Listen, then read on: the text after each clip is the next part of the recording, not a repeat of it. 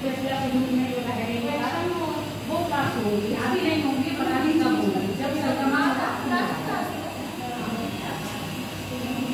तो सर जब बोलेंगे तब आएंगे क्लास लेने। ऑन पेपर आज क्लास आ दोगे, देखे नहीं हो अभी नहीं मैं बाद में। हाँ कौन कह रहा है फेवरेट पार्टी में? लास्ट ईयर में सबने मत देखो, लास्ट ईयर फेवरेट पार्टी में करना शामिल थी मैं ये हाँ ना में दबा दो चरण बताओ हाँ ना में मैं शामिल कोई भी नहीं रॉयल बाइट्स में लगे हुई थी वो सर का बर्थडे था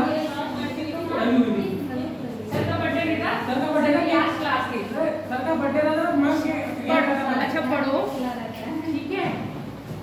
बर्थडे फरवरी में होता है सर का तो क्लास लास्ट की मई में 18 मई में और पार्टी तुम्हारी हुई थी 29 मार्च की साइड बात करते हैं। उल्लू से बनाओ जिसको कुछ पता ना हो और जो सब चीजें जिसको पता है उसको उल्लू नहीं बनाना चाहिए ठीक है। और वो बर्थडे पार्टी नहीं हुई। अब यहाँ बात नहीं करो, ये बात तो यहाँ नहीं, ये बात तो सबको ही पता है ठीक। और इसलिए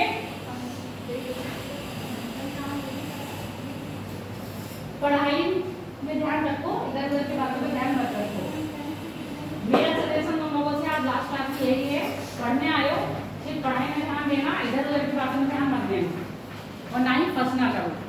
फंस गए तो यहाँ में इसके एक की नजरों में नहीं आओगे, ऊपर तक की नजरों में आ जाओगे ठीक है। कभी भी अपनी प्रॉब्लम लेके जाओगे तो प्रॉब्लम सुनी नहीं जाएगी। जर्मन प्रॉब्लम भी लोग कोई ना तभी नहीं सुनी जाएगी। और तुम लोगों ने देख भी लिया होगा कई लोगों के साथ। चलो आगे बात करते हैं। क्या पढ़ रहे थे हम? सेटलमेंट है ना, बस्तियां। कौन सी बस्तियां पढ़ाई गई थी?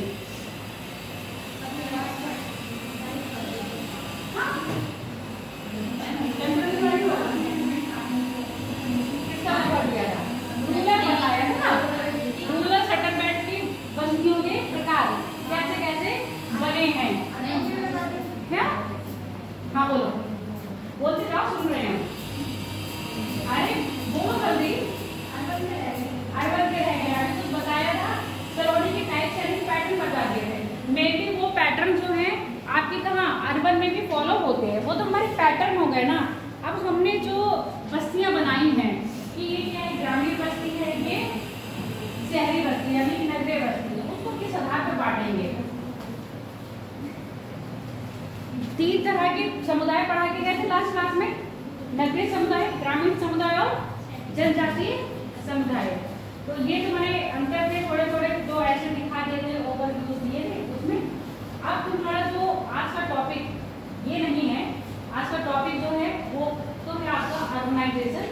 और क्योंकि आपका किसमें छूटा हुआ है, अभी नगरीय बस्ती में छूटा हुआ है, इसलिए हम पहले वो पढ़ेंगे। भैया वो चलेगी ना अभी तो डर और फिर रह गया बाहर बस एक बंदा है आएगा तो सेकंड हो जाएगी। देखो जो हमारा नगरीय बस्तियां हैं, नगर को हमें डिफाइन कर रहे हैं कैसे? दो आधारों पे नगर की परिभाषा दे सकते हैं। पहला जनसंख्या, 2 नहीं 3 तरह को अगर इसमें बांटे तो अच्छा रहेगा। एक प्लेन पेज दे दें यहाँ वाले से। अगर हम नगरीय बस्ती यानी कि आपका जो अर्बन सेटलमेंट है उसको 3 भाग में डिवाइड कर सकते हैं। एक तो संवैधानिक आधार पर, लिखते जाओ, एक तो है संवैधानिक आधार पर, दूसरा आपका जनगणना के आधार पर और तीसरा है आपका अन्य। 3 हो गए। ऐसे लिखो नगरीय बस्तियां, नगरीय बस्तियों का वर्गीकरण।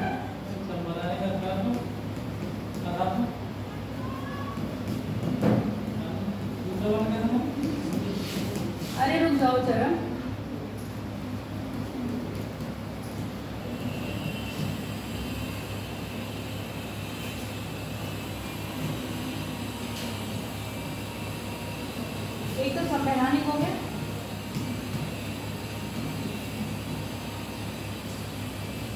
जनगणना,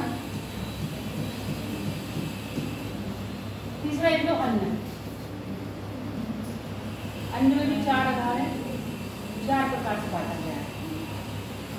अन्न में भी हमने इसको 4 प्रकार से बांटा गया है। संवैधानिक का मतलब ऐसा नगर जिसकी व्याख्या कहीं ना कहीं संविधान में की गई होगी। तो आपको पता है आपके संविधान में त्रिस्तरीय प्रशासन व्यवस्था है, जिसमें जिला स्तर, नगर स्तर, तो यहाँ पर क्या होंगे? नगर निगम होंगे, नगर परिषद होंगे, नगर पालिका होंगी। ठीक है, जहां पर ये सब होगा क्या? नगर निगम, नगर परिषद, हाँ, और नगर पालिका, ये सब किस में आएंगे? इसमें बताया गया है कि जहां पर छावनियां होंगी वो भी किस में आएंगे? आपके नगर में आएंगे। और जनगणना के आधार पर, जनगणना के आधार पर हम इसको 6 भाग में बांटते हैं। 6 का वर्गीकरण है, पहला, दूसरा, ऐसे करके डैश 6। और तीसरा है आपका प्राचीन नगर। सुनिए वो प्राचीन नगर, अगर अन्य में बात करें, प्राचीन नगर ऐसे नगर जिनका विकास मध्यकालीन युग में हुआ, मध्यकालीन नगर। तीसरा ऐसा जिनका ब्रिटेन काल में हुआ, यानी कि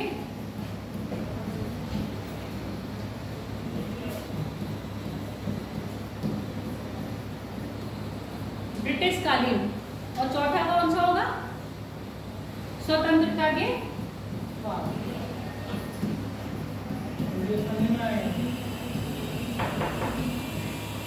हाँ,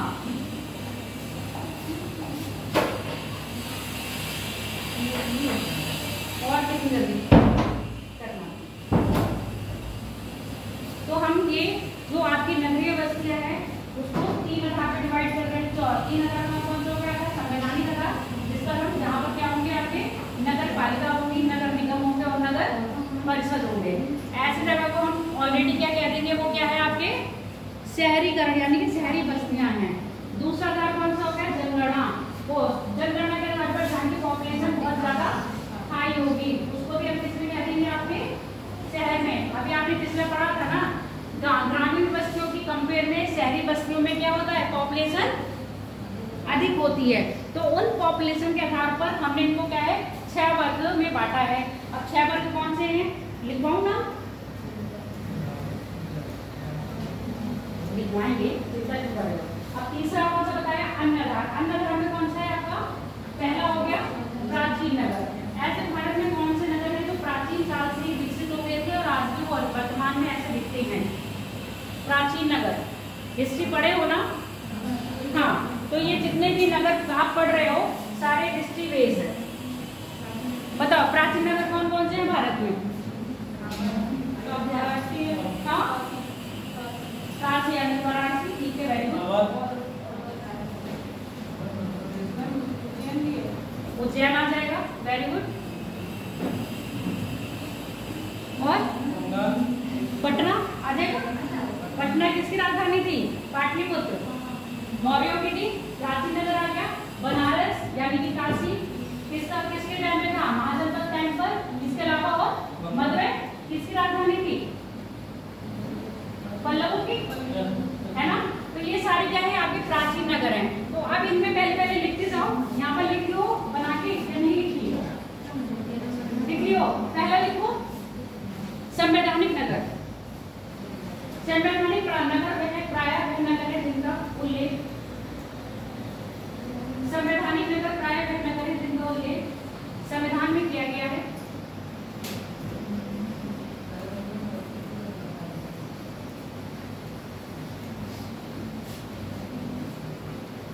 जिनका उल्लेख प्राय संविधान में किया गया, जैसे नगर परिषद, नगर निगम और नगर पालिका। ठीक है, और इसमें आपकी क्या है? डिस्ट्रिक्ट की आती है ना, जिला परिषद, ये सब चीजें मतलब सीधे सीधे जिनका उल्लेख संविधान में किया गया है वो नगर में ले लेते हैं। अगला दूसरा क्या है? अन्य में पहले अन्य लिख लो, बाद में जनगणना वाला बताएंगे। अन्य लिखो। अन्य नगरों में प्रायः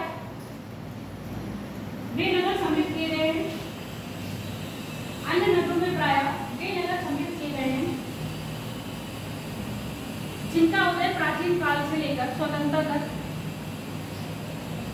जिनका उदय प्राचीन काल से लेकर स्वतंत्रता के बाद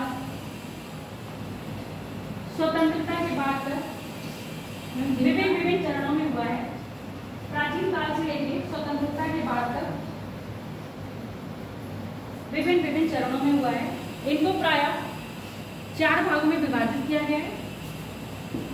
इनको प्रायः 4 भागों में विभाजित किया गया है। कौन है भैया? पहला है प्राचीन नगर। पहला है प्राचीन नगर। प्राचीन नगर प्रायः वे नगर है जिनका विकास प्राचीन काल में हुआ है। तो 16 महाजनपद तो है ही है, क्योंकि विकास हो चुका है। जैसे आपका क्या है, मथुरा, किसकी कैपिटल थी? मथुरा किसकी राजधानी है? 16 महाजनपद के अंतर्गत। विराटनगर किसकी राजधानी है? याद नहीं है कुछ? मतलब विराटनगर थी, है ना? ये तीनों जिनका विकास प्राचीन काल में हुआ है, जैसे वाराणसी, उज्जैन, पटना, मदुरई इत्यादि। वाराणसी, उज्जैन, पटना, मदुरई इत्यादि। अगला क्या है? मध्यकालीन। जी, अब लिखो मध्यकालीन नगर। मध्यकालीन नगर प्रायः वे नगर है जो मुगल काल के समय विकसित किए गए थे। मुगल काल के समय विकसित किए गए थे, जहां किले, जहां पर क्या होंगे? किले होंगे। और क्या बन रही होंगी? बड़ी बड़ी इमारतें। बड़ी इमारतें कौन सी वाली? मुगल शैली में, जहां पर किले, मुगल शैली की इमारतें आदि विकसित की गई। ऐसे नगर कौन कौन से हैं? लखनऊ, दिल्ली, आगरा, जयपुर।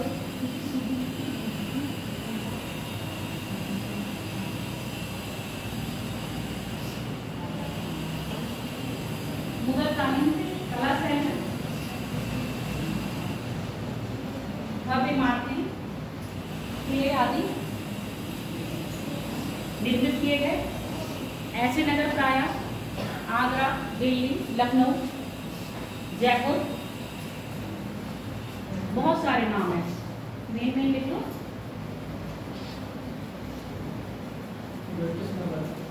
ब्रिटिश नगर। ऐसे नगर प्रायः, ऐसे नगरों में मध्यकालीन नगर के साथ साथ, ऐसे नगरों में मध्यकालीन नगर के साथ साथ, क्योंकि आप दिल्ली देखोगे किसमें आ गया? ब्रिटिश। जयपुर ब्रिटिश आता है ना, ब्रिटिश काल की राजधानी रही है कभी कभी, और यहाँ पर क्या है? ब्रिटिश रहे हैं। तो ऐसे नगर जिसमें ब्रिटिश काल, मध्यकालीन नगर तथा यूरोपियन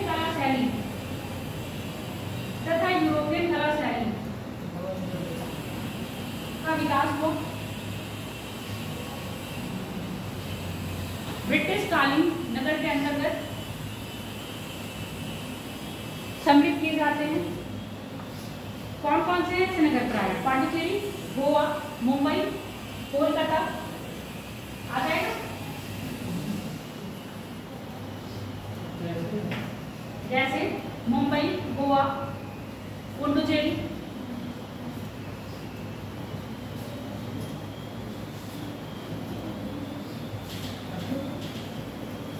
और आपका कोलकाता।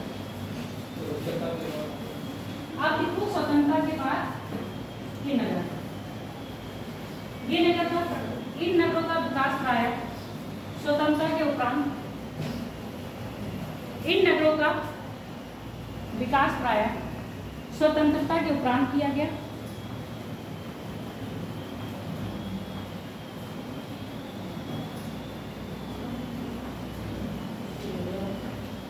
स्वतंत्रता के बाद किया गया, जैसे चंडीगढ़ महानगरों में आता है, भारत के अच्छे नगरों में गिना जाता है चंडीगढ़, है ना। बैंगलोर, चेन्नई, ये सब क्या है, इनका विकास कब हुआ है, स्वतंत्रता के बाद।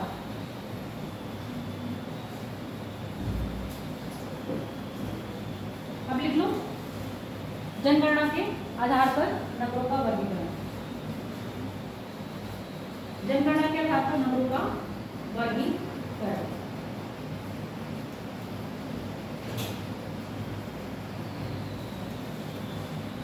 इन नगरों का विभाजन प्रायः जनगणना, इन नगरों का विभाजन प्रायः जनगणना पर आधारित है,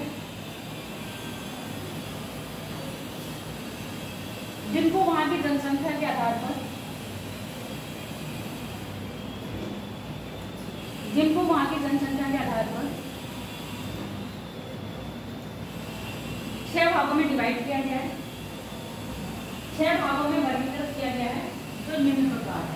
बोर्ड पर देखो लिखा हुआ है class 1, class 2, class 3, class 4, class 5, class 6 और उनकी पॉपुलेशन। क्लास 1 में कौन आ रहा है, क्लास 2 में कौन आ रहा है, क्लास 3 में कौन आ रहा है। पहले इनका जनसंख्या के आधार पर क्लास में डिवाइड करेंगे, उनकी पॉपुलेशन निकालेंगे। क्लास 6 में 5000 से कम, यानी कि ऐसी क्लास में क्या आ रहे हैं आपके, मेनली गांव आ रहे हैं। लिख लो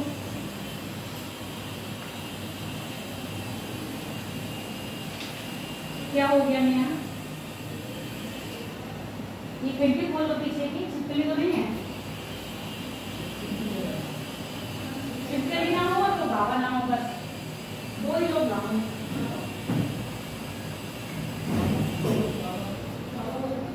बाबा नहीं समझी, नहीं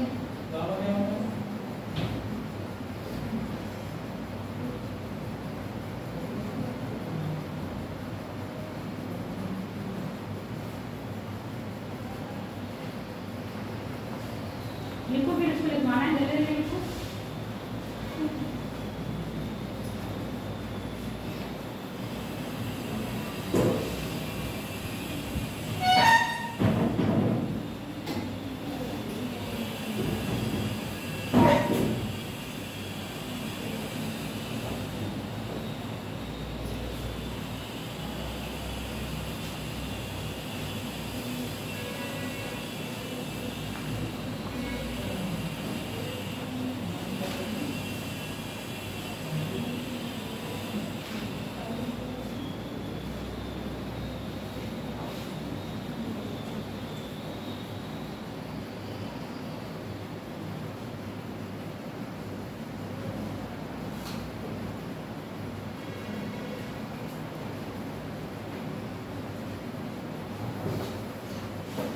क्या हुआ, तुम लोगों को लिख लिया, बना लिया।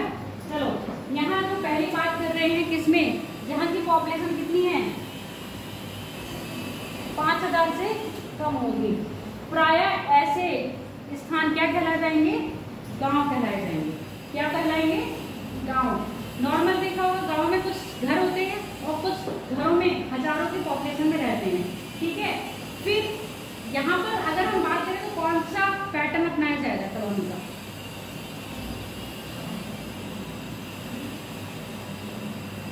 क्लस्टर था, है ना। सब एक ही साथ झुंड में रह रहे थे और एक ही साथ क्लस्टर नुमा यानी कि झुंड बनाने वाली जो कॉलोनी होती है उसके कारक क्या होंगे, ऐसे कौन से कारक हैं जो लोगों को एक ही साथ ही बनाए रखते हैं, कि झुंड में ही रहने को क्या कहते हैं, मजबूर कर देते हैं कि आप झुंड में ही रहेंगे।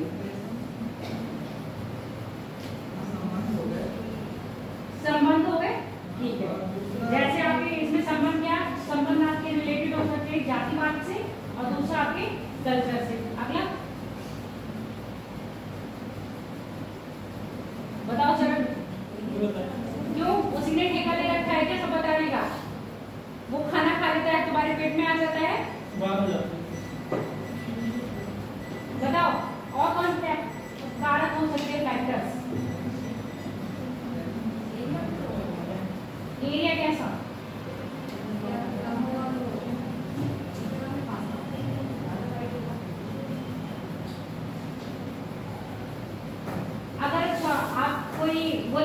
हो, प्लॉट लेना चाहते हो, तो क्या देखोगे? बताओ, अब तुम एक प्लॉट खरीद रहे हो, है ना? इन्वायरमेंट में क्या क्या देखोगे? सोसाइटी कैसी है, ठीक है, और क्या क्या चीजें उपलब्ध है, यानी कि जो आपकी बेसिक नीड है वो उपलब्ध है कि नहीं है। तो जब ये क्लस्टर वाली बनती है तो आपकी बेसिक नीड में क्या होता है? फिजिकल फैक्टर बताते हैं, जिसमें आप क्या देखते हो? बाकी नदियाँ, रोडवे और ये नहर है, जो आपकी बेसिक नीड है उसको देखेंगे। और सेफ्टी पे तो देखोगे, एक सेफ्टी पर्पज भी हो जाता है। अगर आप गाँव से भीड़ से दूर चले जाओगे तो क्या सेफ्टी जोन होगा आपके लिए? नहीं होगा। तो जितनी भी ग्रामीण बस्तियों का बनता है, विकास होता है, वो क्या होता है? ये 3 ही पैरामीटर है। एक होता है कौन सा है? भौतिक कारक यानी कि फिजिकल फैक्टर। दूसरा होता है आपका कल्चरल फैक्टर, जिसमें आपका जातिवाद भी आ जाता है। और तीसरा है आपका सेफ्टी फैक्टर, ठीक है, जिसमें आपका सेफ्टी पर्पज यानी कि सुरक्षा के दृष्टिकोण से भी क्या आप एक समूह में रहना पसंद करते हो। तो अभी हम जो बात कर रहे थे वो ग्राम है। ग्राम किसमें जा रहा है आपका? क्लस्टर में छोटे से लिमिट में। ग्राम वही बचे होंगे जहाँ पर खेती युक्त भूमि होगी, जहाँ पर नहरें होंगी, जहाँ पर नदियाँ निकल रही होंगी। ये बेसिक नीड है ना। अभी यहाँ पर हम शिक्षा की बात ही नहीं कर रहे हैं, तो यहाँ पर पॉपुलेशन क्या होगी? बहुत कम होगी। अब इससे ही थोड़ा सा आगे बढ़ के जाओगे तो शहर से निकल के, कई बार देखा होगा लोग शहर से निकल के थोड़ा सा कस्बे की तरफ आ जाते हैं। ऐसा कस्बा या ऐसा शहर जो क्या होगा? गांव और नगर के संक्रमण क्षेत्र में आ रहा होगा, उसको क्या कहेंगे? ना वो गांव है ना वो शहर है, पर संक्रमण क्षेत्र में आ रहा है, यानी कि ट्रांजिशनल जोन में आ रहा है। तो ऐसे में क्या कहेंगे? ग्राम नगरीय। तो ग्राम नगरीय, आप जैसा आप अपना फॉर एग्जाम्पल हम देखें तो आपका जो गोहनिया है, किसी जमाने में गाँव होता था, पीलीभीत शहर से बहुत दूर होता था। अब आप गोहनिया तक जाएंगे, बहुत अच्छी तरह से वसीयत हो गई है, पर गोहनिया अभी भी गाँव में काउंट किया जाता है ना। और जैसे आपका नॉर्थ में है, वो भी अभी भी किसमें आता है? गाँव में आता है। पर ये पूरी तरह किसमें आ गए? आपके शहर में आ गए। यहाँ की पॉपुलेशन कैसे रहने लगी है? शहर की तरह रहने लगी। तो ऐसा गांव जो गांव तो नहीं है और पूरी तरह शहर भी नहीं हुआ है, गांव और शहर के बीच में क्या हो गया है? विकसित हो गया है। उसको क्या कहेंगे हम? ग्राम नगरीय। तो ऐसे में इसकी पॉपुलेशन कितनी जाएगी? 5000 से 9999। 9999 क्यों करिए? क्योंकि जहाँ ही 10,000 होगा वो कहाँ चला जाएगा? उससे ऊपर। अब उससे ऊपर कौन सी आगे आ जाएगा? अब एग्जाम्पल लेते हैं, जैसा आपका बरखेड़ा हो गया, जैसा आपका बीसलपुर हो गया, ये पीलीभीत जनपद के अंतर्गत आते हैं, पर कैसा है? ये कस्बे में आ रहे हैं, ठीक है। यहाँ की पॉपुलेशन क्या हो गई? अब ये गांव से हट गए और नगर में पूरी तरह नहीं आए। अभी क्या है? संक्रमण क्षेत्र क्या है? जो ऐसे गांव जो शहर के पास बसे हैं, पर बसते बसते वो क्या हो गया? शहर के अंदर आ गए हैं, पर अभी भी किसमें काउंट हो रहे हैं? वो गांव में। ऐसे इसको हमने क्या बोला? नगरीय ग्राम, जिसकी आबादी कितनी है? 5000 से लगभग 9999। ये ऐसा लग रहा है किसी चीज का प्राइस है 9999। आजकल यही टैग लगा के आता है 5999। पूरा नहीं दिखाते यार, 6000 बहुत महंगा हो जाएगा, है ना। तो ऐसे दिखाएंगे। सूट पर लेने जाओ तो 5000 नहीं 500 कितना 99, तो पूरा 600 दिखाने में तकलीफ होती है। तो 1 रुपया कम देख के आप अरे इतने का ही है, पूरा 50 नहीं लगाएंगे। कैसे लगाएंगे? 49। अरे 1 कम है, पूरे का नहीं है, संतुष्टि हो जाती है। तो यहाँ भी क्या है? 1 रुपया बचा लेते हैं। तो यहाँ भी क्या है? अच्छा, करते रहिए, कभी भी जाओ तो करना। तो यहाँ पर भी क्या है? 1, जहाँ 1 ज्यादा होगा वो कहाँ पहुँच जाएगा? अगले जोन में पहुँच जाएगा। तो हम कस्बे की बात कर रहे थे, अब कस्बा नहीं। कस्बा कैसा है? पूरी तरह शहर की तरह डेवलप नहीं हुआ है, पर गांव से अधिक डेवलप हो गया है। शहर से डेवलप नहीं हुआ है, पर गांव से अधिक डेवलप हो गया। तो ऐसे में क्या हो गया? पॉपुलेशन बाहर चली जाएगी। गांव की पॉपुलेशन कहाँ निकल के आ गई? कस्बों वाले क्षेत्र में आ गई। फॉर एग्जाम्पल जैसे आपका बरखेड़ा और जैसे आपका मझोला, और क्या बोला था अभी मैंने एक नाम? पूरनपुर, इसके बाद बीसलपुर। ये सब क्या है? आपके कस्बा टाइप के शहर में ही है, पर इनका विकास गांव से अधिक हो गया है। पॉपुलेशन भी क्या हो गई? इनकी बढ़ गई, तो कस्बा हो गया। अब कस्बे के आगे क्या आएंगे? आपके नगर, जो जिसको सिटी बोलते हैं। ऐसे सिटी जहाँ पर पॉपुलेशन लाखों में होगी, तो लाखों में होगी तो कहाँ से हो गया? अभी यहाँ कस्बा ऐड हो गया। कस्बे के साथ ही आगे कुछ ऐसे होंगे जो कस्बा भी ब्रॉड कस्बे में बच जाता है। कस्बा एक बड़ा कस्बा क्षेत्र में आ जाएगा, तो आपके वो किस में आ जाएगा 20,000 से 49। अब 50 से लाखों में बीच में जाएंगे, तो जहाँ पर हजारों से लाखों के बीच में पॉपुलेशन होगी वो किस में आ जाएगी आपकी नगरों में, नगर यानी कि टाउन में। और उसके बाद टाउन से किस में आएंगे हम सिटी में, सिटी यानी कि शहर में। शहरों की पॉपुलेशन कितनी होगी 1 लाख से अधिक होगी। इन्होंने जो ये पॉपुलेशन बताया था ये बहुत पुराने जमाने की है। अब पॉपुलेशन क्या हो गई है अति तीव्र गति से बढ़ती जा रही है। ये वही है जो पॉपुलेशन के एरिया दिए गए हैं। इसके बाद हम बात करेंगे कैसे कैसे डिवाइड किया गया है। यहाँ देखो आपकी मेट्रो सिटी आती है, मेगा सिटी आती है, सिटी आते हैं, टाउन आते हैं, ठीक है, सेंसस विलेज आते हैं। जो अभी अभी हम बता रहे थे मेगा सिटी की किसको हम मेगा सिटी कहेंगे, अब ये वाला लिखते जाओ समझते जाओ। मेगा सिटी किसको कहेंगे, मुंबई मेगा सिटी में आता है, दिल्ली मेगा सिटी के अंतर्गत आती है कि नहीं। अगर हम आपकी गाजियाबाद की बात करें तो मेगा सिटी के अंतर्गत आता है या मेट्रो में आएगा या एक अच्छी खासी सिटी के अंतर्गत आता है।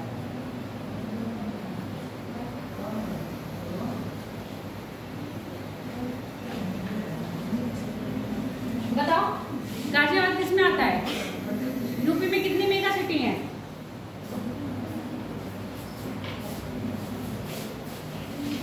पूछे जाते हैं यूपी स्पेशल में, ठीक है। भारत में कौन कितनी मेगा सिटी हैं और मेगा सिटी का विकास कैसे कैसे हुआ है। तो यहाँ देखो जो आपका मुंबई है वो मेगा सिटी के अंतर्गत आता है। मेनली क्या है इसकी पॉपुलेशन 10 मिलियन पीपल से अधिक होनी चाहिए। जहाँ पर पॉपुलेशन 10 मिलियन से अधिक होगी वो सिटीज हमारी किसमें आ जाएंगी मेगा सिटी में आ जाएंगे। ऐसे मेगा सिटी कौन सी हो गई आपकी, मुंबई हो गई, दिल्ली हो गई और कोलकाता हो गई। ये 3 किसमें आपकी मेगा सिटी के अंतर्गत आती हैं। उसके बाद मेट्रो सिटी में क्या होगा 10 मिलियन के बीच, यानी कि 10 मिलियन से कम होगी। 10 मिलियन से जैसे प्लस पहुंचेगी कहाँ पहुंच जाएंगे वो मेगा सिटी में, 10 मिलियन से कम होगी। ऐसे कौन सी हमारे चेन्नई, हैदराबाद और अहमदाबाद, जितनी भी हमारे यूपी की सिटीज आती हैं वो किस में आती है मेट्रो सिटी के अंतर्गत आती हैं। 7 टोटल मेट्रो सिटी है, नाम बता दो कौन कौन सी हैं। जितना तो हिंट मैंने दे दिया 7 है, जिसको हम कहते हैं 10 लाख ये आबादी वाले शहर उत्तर प्रदेश में। हाँ यूपी के पूछ रही हूँ।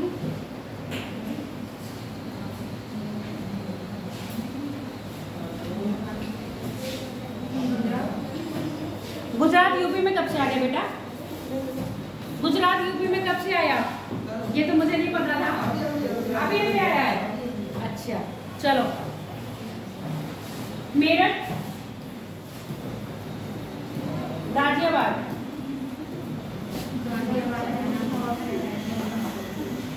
मेरठ हो गया, गाजियाबाद हो गया।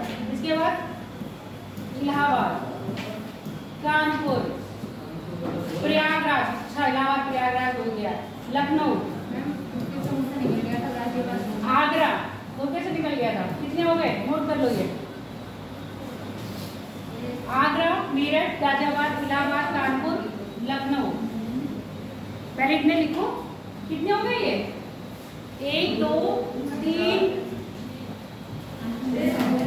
1 2 3 4 5 6।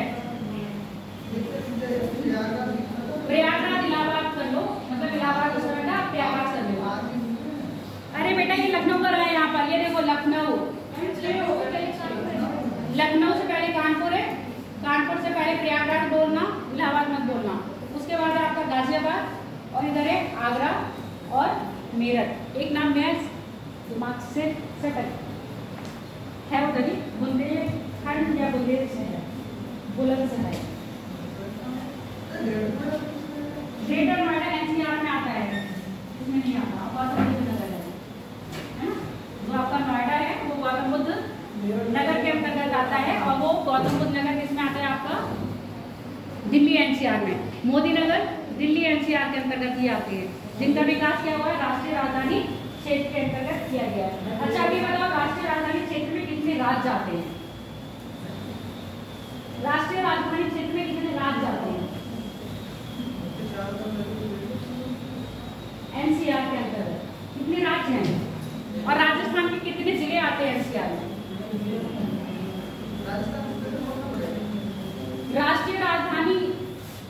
तर्ज पर ही उत्तर प्रदेश क्या बना रही है?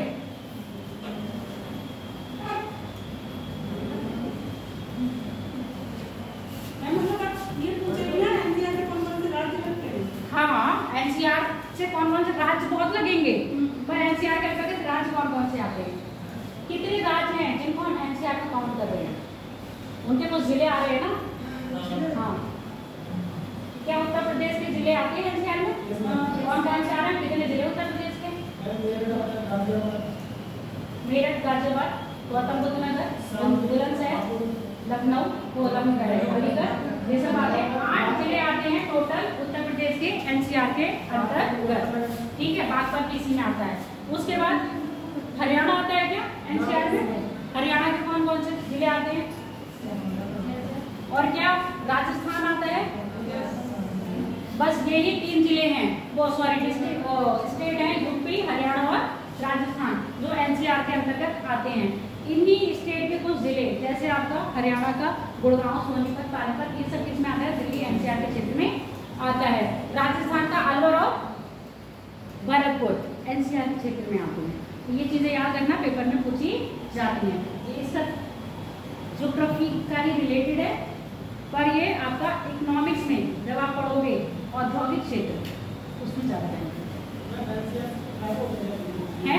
ऐसे ही आपका यूपी गवर्नमेंट एनसीआर कर रही है, यानी कि जो आपके राष्ट्रीय राजधानी राज्य की राजधानी क्षेत्र है उसमें, जिसमें कानपुर देहात शायद कानपुर आ रहा है, लखीमपुर आ रहा है, इन और आपका बाराबंकी ये वाले क्षेत्र लिए जा रहे हैं। तो इनको भी याद रखना। एनसीआर की तर्ज पर उत्तर प्रदेश सरकार भी क्या कर रही है? एक राज्य राजधानी क्षेत्र बना रही है। उसमें कितने शायद 7 जिले उत्तर प्रदेश के आ रहे हैं। तो अब बात कर ले, तो लिख लिए ना कितना है मेरठ, ये वाले नाम लिख लिए हो। अब इसके बाद बात करते हैं हम सिटी, यानी कि सिटी में कौन से आएंगे जहां पर पॉपुलेशन कितनी होगी। अब यहाँ पर 10 लाख मिलियन से थोड़े से कम, अगर 5 लाख की बात करें, 5 लाख से 1 लाख के बीच में बात करेंगे तो हमारे वो किस में आ जाएंगे? हम शहरों में काउंट कर लेते हैं। ऐसे बहुत सारे क्या है आपके शहर है, बरेली, मुरादाबाद, है ना। और क्या होगा? और कौन से जिले हैं? लखीमपुर, सीतापुर, ये सारे जिले हैं जिनकी आबादी क्या है? 1 लाख से ज्यादा है। 1,50,000 5 लाख के बीच में, 10 लाख से ज्यादा नहीं होगी, 10 लाख से कम ही हो गया। तो जैसे 10 लाख पहुंचेगा किसमें आएंगे? 10 लाख के शहर, यानी कि आपके मेट्रो सिटी के अंतर्गत आ जाएंगे।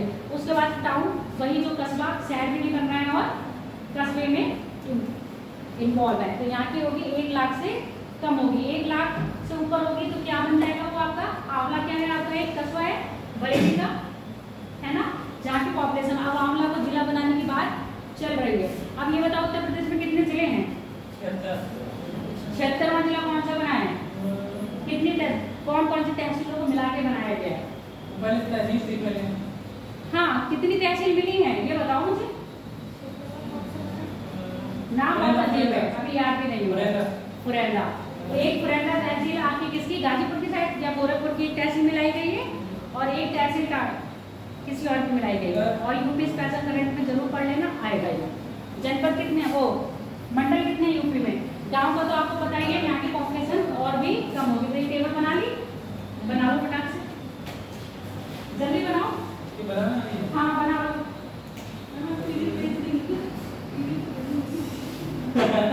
नहीं, पीडीएफ में ये नहीं आएगा, अलग से वीडियो भेजेंगे। इतने तुम लोग आलसी कैटेगरी के हो, मतलब मैं पीडीएफ भेज देंगी। अगर हम तमिलनाडु में बात करें तो तमिलनाडु में मेगा सिटी, आपकी मेट्रो सिटी कौन कौन सी आ जाएगी? बता दो जरा मुझे। तमिलनाडु में कोयम्बटूर आ जाएगी। हाँ, जितनों के नाम आपने सुने हुए हैं फेमस नाम, मदुरई, कोयम्बटूर, ये सब क्या होंगी? मेट्रो सिटी के अंतर्गत आएंगी। कोलकाता क्या है? मेगा सिटी के अंतर्गत आती है। बनाओ जल्दी, फिर आगे का चैप्टर स्टार्ट करेंगे। यहीं से आपका जो लिंक हो रहा है, किसका हो रहा है? अर्बनाइजेशन का, यानी कि नगरीकरण। क्या है नगरीकरण? कैसे डिफाइन करते हैं? नगरीकरण के आधार क्या है? कौन कौन से फैक्टर है जो नगरीकरण को प्रभावित करते हैं? और नगरीकरण की समस्याएं क्या है, नगरीकरण होने के बाद मानव कौन सी समस्याओं को फेस करता है। बड़े शहर में चलेगा बहुत सारी समस्याएं आएंगी आपको, शुद्ध हवा नहीं मिलेगी, जलवायु प्रदूषण, ध्वनि प्रदूषण, महंगाई, रहने के लिए पर्याप्त क्षेत्र नहीं, है ना। सपने देखते हैं बड़ी सिटी में जाने के, दिल्ली है, वहाँ पानी नहीं है। चलो बड़े आगे, कोई बात नहीं, मत लिखो, जितनी स्पीड में तुम लोग लिखोगे ना। देन और नाउ, देन और नाउ मतलब पहले कितनी मेट्रो सिटी थी और अब कौन सी है। बात करें जो हमारा बिफोर पार्टीशन, तब जब हमारे यहाँ कौन थे, हमारे अंग्रेज लोग थे, तब हमारे पाकिस्तान की अगर कोई दिख रही होगी तो सिर्फ लाहौर दिख रही होगी, इसके बाद नहीं है। पाकिस्तान में लाहौर, इस्लामाबाद, आज भी लाहौर, इस्लामाबाद और कराची, तीन ही इसकी जो क्या है मेन सिटी है। अगर जहाँ पर बम फोड़ दिया जाए तो पाकिस्तान पूरी तरह। भारत की बात करें, आजादी से पहले कलकत्ता किसमें आती थी, कुछ नहीं इस्तेमाल करना है। फिर बॉम्बे, मद्रास, हैदराबाद, पाकिस्तान का सिर्फ एक, लाहौर, अहमदाबाद, दिल्ली, कानपुर, अमृतसर और लखनऊ। पंजाब में बात करें तो अभी अमृतसर, और अमृतसर के बाद लुधियाना, इसमें आता है आपकी मेट्रो सिटी में आती है। चंडीगढ़ को हम काउंट नहीं करेंगे क्योंकि चंडीगढ़ क्या है आपका यूटी है ना, यूनियन टेरेटरी। और हरियाणा में बात करें तो कौन सी हो गई, लखनऊ। अभी पढ़े हो ना, उत्तर प्रदेश मेट्रो सिटी में आती है। अब हम बात करते हैं आज़ादी के बाद, यानी कि तो 2011 की जनगणना हुई है, उसमें पॉपुलेशन के अनुसार पॉपुलेशन तो यहाँ दे रखी कितनी है, सर्वाधिक उन्नत। और भारत के जीडीपी में अगर हम बात करें, सबसे ज्यादा इकोनॉमिक जो पार्टिसिपेट करती है वो कौन सी कर रही है, महाराष्ट्र, मुंबई नहीं बोलेंगे, महाराष्ट्र स्टेट करती है। उसके बाद आपका यूपी का नंबर आता है 9.2%। ये सारी चीजें याद रखो क्योंकि ये क्या है, इसके साथ साथ क्योंकि आज जो आप चैप्टर पढ़ रहे हो ना कहीं क्या है, इसका आर्थिक दृष्टि से भी महत्व है। कौन सी स्टेट भारत की जीडीपी को बढ़ाने में कितना योगदान देती है, तो सबसे ज्यादा योगदान आपका महाराष्ट्र देता है, उसके बाद आपका उत्तर प्रदेश देता है। लिखने के लिए आ जाता है ऐसे, भारत की बढ़ती हुई जीडीपी में उत्तर प्रदेश किस तरह से सहायक है, तो ये सारे आपको पैरामीटर लिखने पड़ेंगे। और जीडीपी, अपनी जीडीपी को बढ़ाने के लिए उत्तर प्रदेश कौन कौन सी योजनाएं बना रहा है, गवर्नमेंट कौन कौन सी पॉलिसी अपना रही है। तो अब उसके बाद कौन सी होगी, दूसरे नंबर पे आती दिल्ली, उसके बाद कोलकाता, चेन्नई, बेंगलुरु, हैदराबाद, अहमदाबाद, पुणे, सूरत और जयपुर। तो कहीं लेंगे इन सिटियों के नाम, आप नाम सुनते ही रहते हो। सपने में भी पूछा जाएगा जयपुर कहाँ है, बोल दोगे राजस्थान। कैपिटल किसकी है, राजस्थान की है। तो मेनली कैपिटल क्या होगी, कैपिटल तो मेगा में आएगी ही आएगी। तो किसी देश, किसी राज्य की कैपिटल को मत भूल जाओ, मेगा सिटी में आती है। ये आपको कोशिश करूंगी देने की, अगर नहीं दे पाई तो उसके लिए मैं माफी चाहूंगी आप लोगों से। बाकी जो डिटेल बताई थी वो सारी गई हैं। अब अपना हेडिंग डालो, तो आज का टॉपिक है क्या बताया था, नगरीकरण, अर्बनाइजेशन। कौन नाइंसाफी कर रहा है, कौन बच्चा है ये, क्योंकि कल ग्रुप में पीडीएफ नहीं आई, नहीं आई तो सोचते रहो तुम, उसमें मेरे कोई दोष नहीं है।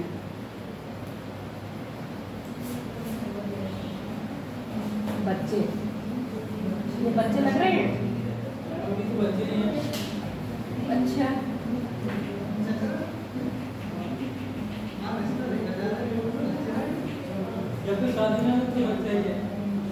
अपनी जो डिमांड है ना उसको थोड़ा सा कम रखो।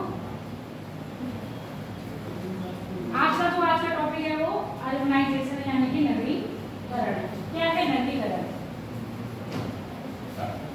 कैसे हम डिफाइन करेंगे कि यहाँ पर नगरीकरण हो गया है। क्या पीलीभीत में नगरीकरण हो गया, हुआ है पर उस लेवल का नहीं हुआ है ना, अभी पिछड़े। यहाँ की अभी भी पॉपुलेशन क्या है, किस पर आधारित है, कृषि कार्य पर आधारित है। पहले हेडिंग डालो, नगरीकरण यानी कि अर्बनाइजेशन। नगरीकरण से अभिप्राय प्रायः से अभिप्राय प्राय ऐसे विकास से है जहां की जनसंख्या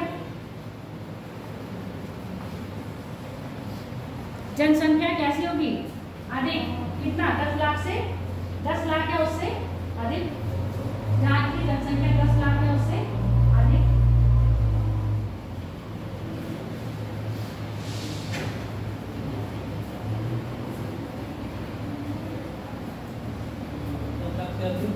परिवहन की सुविधा क्या होगी? परिवहन की सुविधा होगी, है ना? देश के बड़े बड़े शहरों से जुड़ी हुई होंगी, जैसे दिल्ली मुंबई कॉरिडोर। क्यों? दिल्ली मुंबई औद्योगिक क्षेत्र है, दिल्ली से मुंबई को, और आपका चतुर्भुज योजना किसमें चली थी? ये सारे परिवहन में है। परिवहन टॉपिक आपको पढ़ाया नहीं जाएगा, तो ये चीजें पढ़ लेना। क्यों चतुर्भुज योजना चलाई गई है? मोटिव क्या है? आपके भारत की 4 मेट्रो सिटी, कलकत्ता, दिल्ली मुंबई और आपका चेन्नई और कलकत्ता को जोड़ने के लिए चतुर्भुज योजना चलाई गई थी, जिसका उद्देश्य क्या था? सारे के औद्योगिक क्षेत्रों को आपस में जोड़ना, कनेक्टिविटी बना के रखना। तो इन औद्योगिक क्षेत्र से जितने भी परिवहन मतलब रोड निकल रही होगी, उसके साथ जो लगे हुए डिस्ट्रिक्ट होंगे या शहर होंगे या राज्य होंगे, उनका विकास स्वतः ही हो जाएगा। समझ में आ गया? तो यहाँ पर क्या लिखा आपने? आज तो चैप्टर हम लोगों को समझ आ रहा होगा। मीना क्या नाम है फ्रेंड को? मनीषा आ रहा है कि नहीं? या आज ज्योग्राफी निकल के जा रही है रोड पे? 10 लाख से अधिक होती है। परिवहन की सुविधा, रोजगार के अवसर, परिवहन की सुविधा, रोजगार के अवसर की पर्याप्त उपलब्धता होती है। पर्याप्त उपलब्धता होती है, ठीक। और ये क्या होता है? किसी भी देश का सेंटर, किसी भी देश का सेंटर पॉइंट होता है। कोई भी कंपनी आएगी तो सब इतने का फैक्ट्री लगाएगी, इन्वेस्ट करेगी? हाँ, नहीं करेगी। क्यों? वहाँ ये वो सुविधाएं यहाँ पर नहीं है। सारी सुविधाएं देखेंगे, जैसे अभी कॉलोनी में आप घर दिलवा रही थी, मैं प्लॉट दिलवा रही थी, तो आप सारी वो देख रहे थे। सेम वही सारी चीजें कौन सोचेगा? कोई भी वहाँ की कंपनी आके इन्वेस्ट करेगी तो वो सब देखेगी वहाँ की पॉपुलेशन पढ़ी है कि नहीं। कहीं ऐसा ना हो पहले इन्हें शिक्षित करना पड़े, उसमें पैसा लगाना पड़ेगा। ये सब चीजें वहाँ पर शिक्षा का स्तर भी क्या होगा? हाई टेक्नोलॉजी होगी। अभी देखो हम लोग अभी भी क्या है, पर्स वाले बात पे चल रहे हैं ना, कैश वाली पेमेंट पर। और मेट्रो सिटी में जाओ सब चीज क्या हो गया है वहाँ पर। अगर विदेशों में भी चले जाओ, पेट्रोल पंप पे आपको पब्लिक मिलेगी ही नहीं, आदमी मिलेगा ही नहीं। आपको खुद वहाँ जाना है, कार्ड लगाना है, खुद से पेट्रोल गाड़ी में डालना है, खुद से ही चार्ज करना और अपने आप में आ जाना है। वही क्या हुआ? अगर बैंकिंग के लिए देखोगे तो वहीं पर ही बैंकिंग की पूरी सुविधा ऑनलाइन हो गई। आप जैसे मेट्रो वगैरह पे चाहिए तो मेट्रो में क्या होता है, जिनको नहीं आता है, डिजिटली कनेक्ट नहीं हो पाए अभी, तो वो क्या करते हैं? विंडो पर जाके टिकट लेते हैं। पर जो डिजिटली क्या हो गया है, फ्रेंडली हो गए डिजिटल से, तो क्या करते हैं? अपने आप ही अपना टिकट निकाल लेते हैं और घर बैठे ऑनलाइन ही टिकट कर लेते हैं। ये सब क्या है? स्मार्ट पॉपुलेशन होगी कहाँ की? स्मार्ट सिटी की। आगे बात समझ में? तो ये जो दिखा रहा है ना, जो आपकी मेगा सिटी है। अब सुनो, ये क्या कह रहे हैं? यहाँ लिखा है मेगा सिटी। चलोगी या नहीं चलोगे? ये बोल रहे हैं मेगा सिटी। पहले कितने किलोमीटर दूर थी? 50। फिर कितने किलोमीटर दूर थी? अब कितने किलोमीटर दूर रह गई? 10। यानी कि अब ये लोग देख रहे हैं कि वो जो शहर बस रहा है, ये बिल्डिंग दिख रही है, वो धीरे धीरे कहाँ आने वाली है? यहाँ आने वाली है। We were waiting for the city to come to us। हम इंतजार कर रहे हैं कि अब वो शहर क्या होगा, हमारे पास आने वाला है। कितना दूर रह गया है?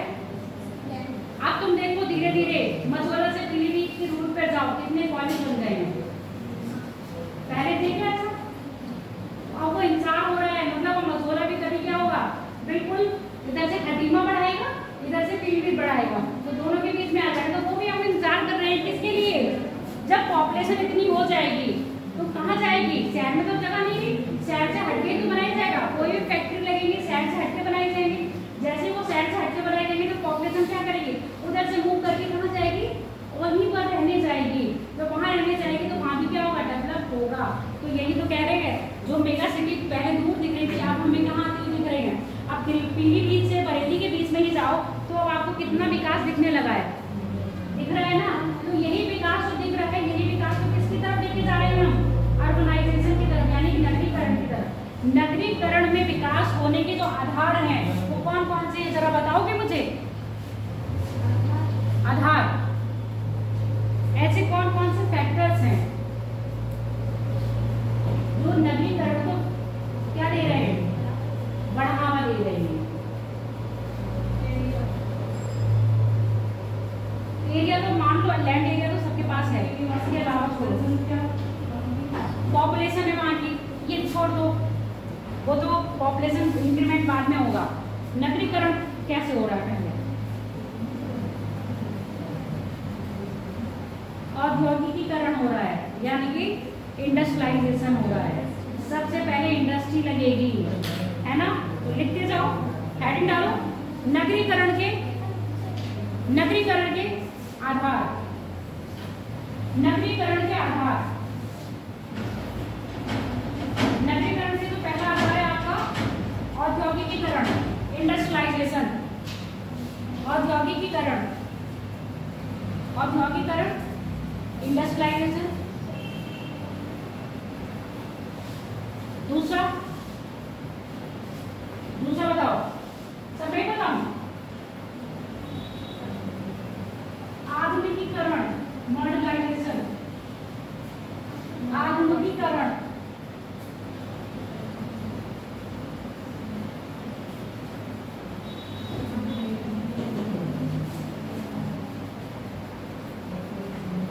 समाज, यानी कि क्या होगा, उसको कहेंगे सोशलाइजेशन, समाजीकरण,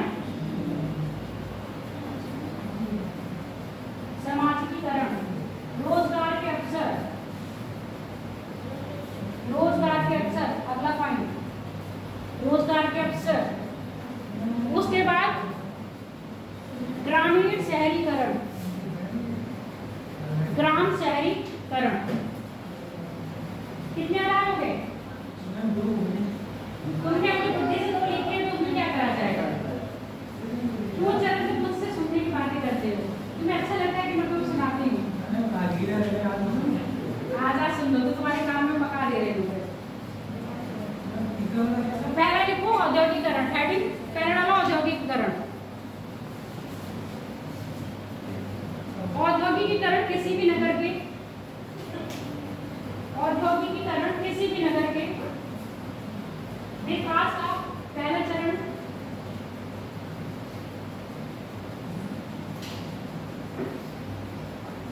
विकास का पहला चरण है। क्योंकि औद्योगिकीकरण के अंतर्गत,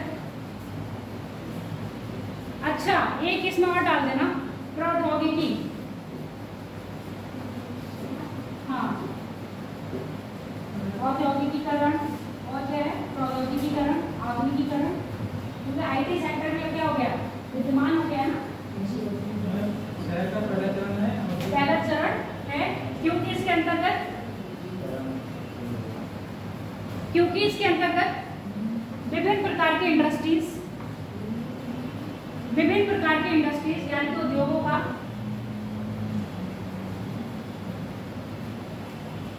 विभिन्न प्रकार के इंडस्ट्रीज को लगाया जाता है, विभिन्न प्रकार के उद्योगों को लगाया जाता है, जिसके चलते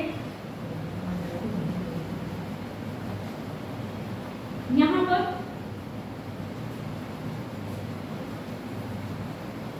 विकास की दर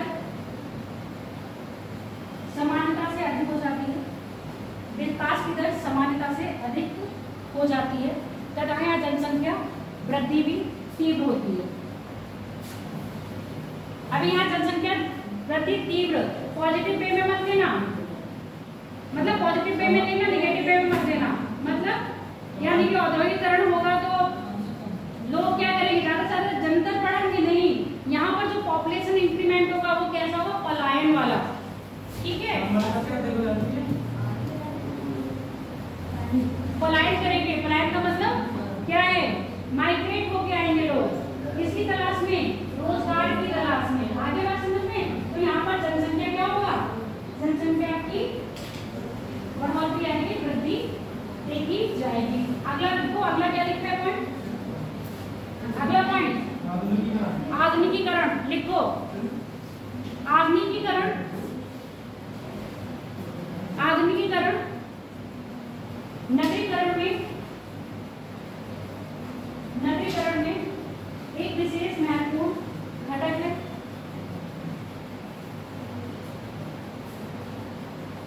एक विशेष महत्वपूर्ण घटक है।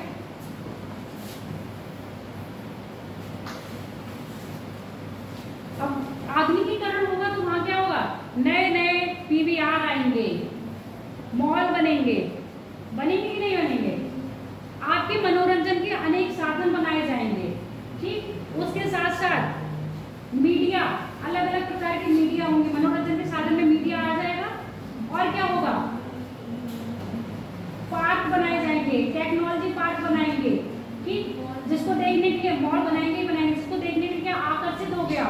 एक तरह से ऐसी आपकी आभासी दुनिया करती जाएगी जिससे आप आकर्षित होगी। यही तो आधुनिकीकरण है कि बंदा क्या देखता है? अरे ये फलानी ड्रेस बहुत अच्छी लग रही है, मैं वो नहीं मिलेगी तो कपड़ा देख के फोटो नेट से निकालते हैं और टेलर के, भैया बिल्कुल ऐसी बना के देना, इससे इधर उधर बिल्कुल मत कर देना। क्या है?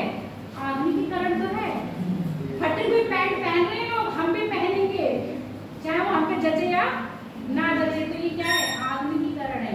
लोग क्या हो रहे हैं? आकर्षित हो रहे हैं नई नई चीजों को देखकर। सेल फोन आया मार्केट में नया, हम वो ले आए। नए जूते आए बोलने वाले, हम वो ले आए। ये सब क्या है? आधुनिकीकरण की तरफ बढ़ रहे हैं। जब नवीनीकरण आएगा यानी नवीनीकरण होगा तो आधुनिकीकरण अपने आप ही होता जाएगा। क्या लिखिए उसमें हेडिंग? विशेष घटक है जिससे आकर्षित होकर, जिससे आकर्षित होकर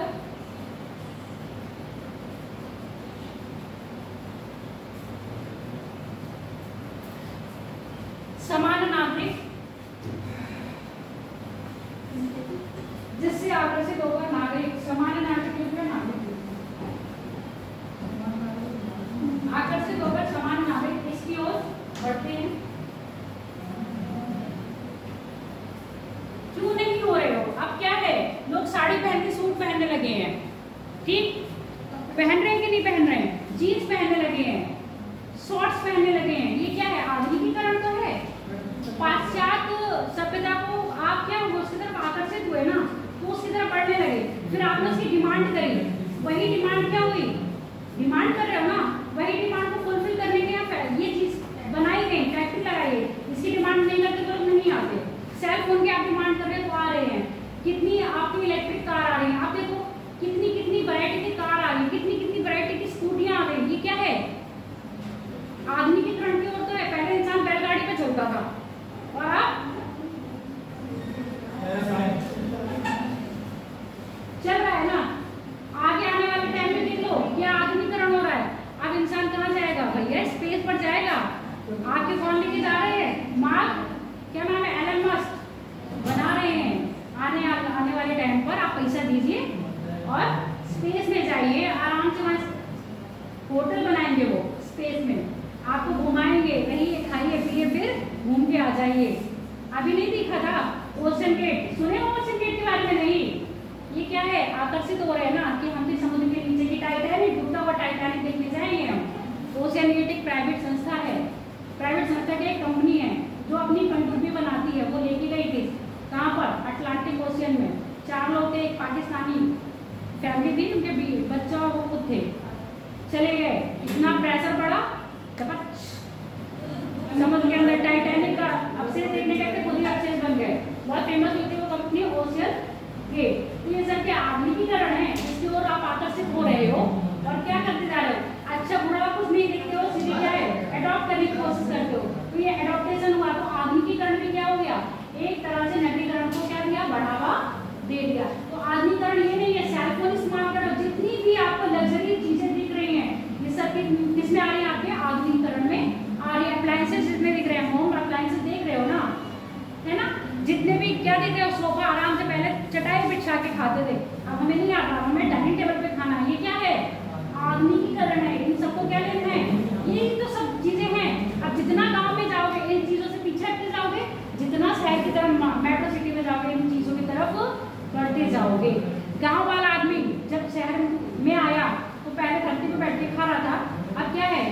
भी उसी सभ्यता में कनेक्टिविटी होगी ना।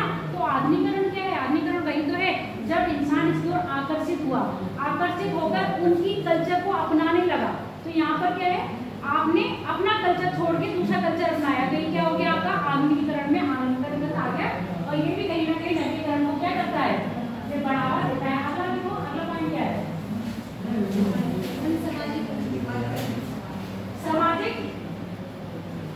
समाजीकरण। समाजीकरण के अंतर्गत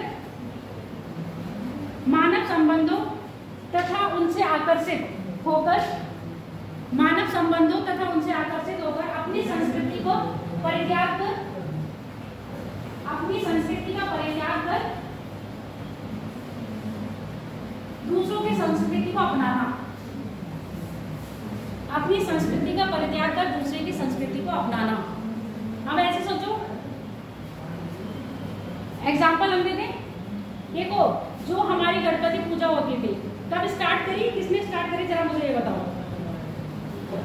गणपति पूजा किसने स्टार्ट करी, कब स्टार्ट करी?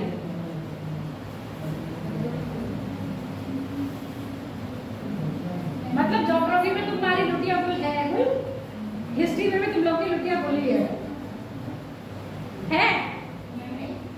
नहीं है तो पूछ रहे तो जवाब दो ना।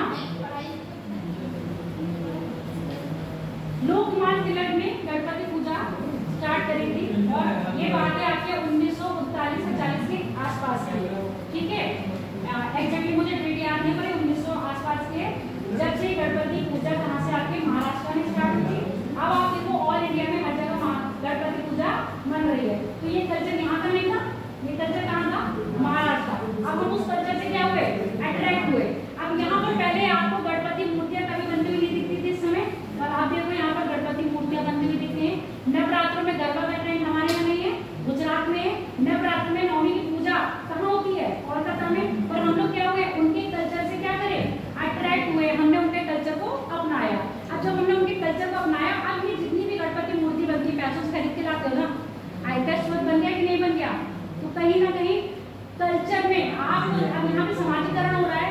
एक कल्चर से दूसरे कल्चर में जुड़ते हो, या तो उनके कल्चर, अपने कल्चर के साथ साथ उनका कल्चर भी अडॉप्ट कर लेते हो, या होता है अपना कल्चर छोड़ देते हो, उनका कल्चर अडॉप्ट कर लेते हो।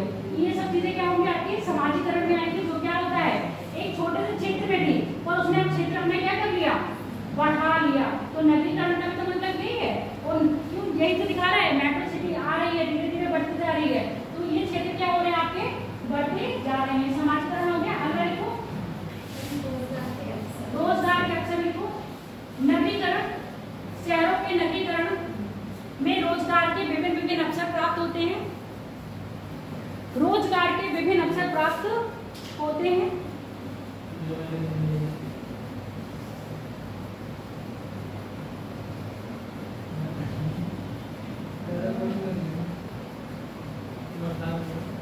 रोजगार के विभिन्न अवसर प्राप्त होते हैं। उसके बाद क्या लिखते हो,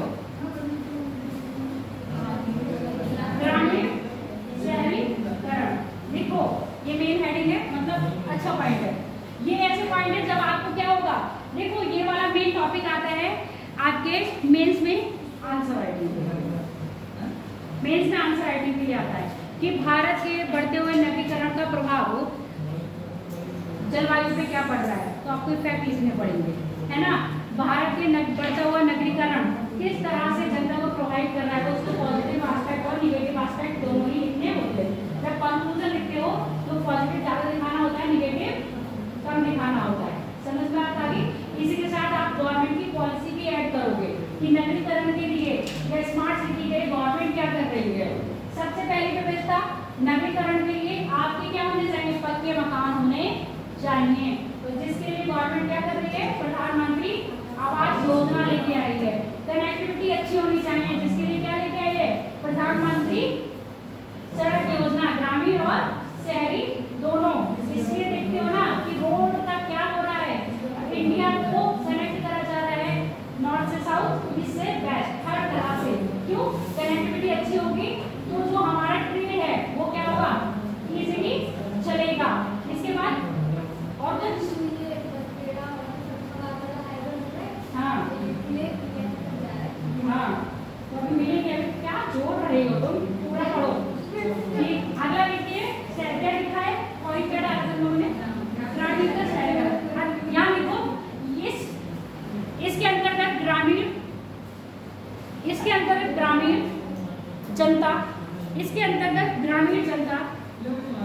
शहरी कल्चर से, ग्रामीण जनता शहरी कल्चर से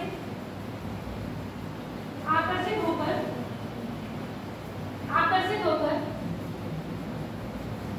शहरी कल्चर को अपना लेती है, शहरी कल्चर को अपना लेती है।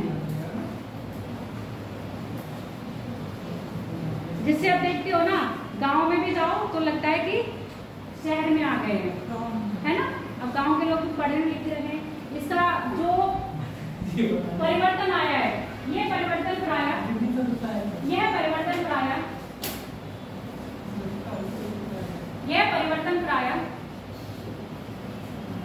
निम्न आधारों पर देखा जा सकता है।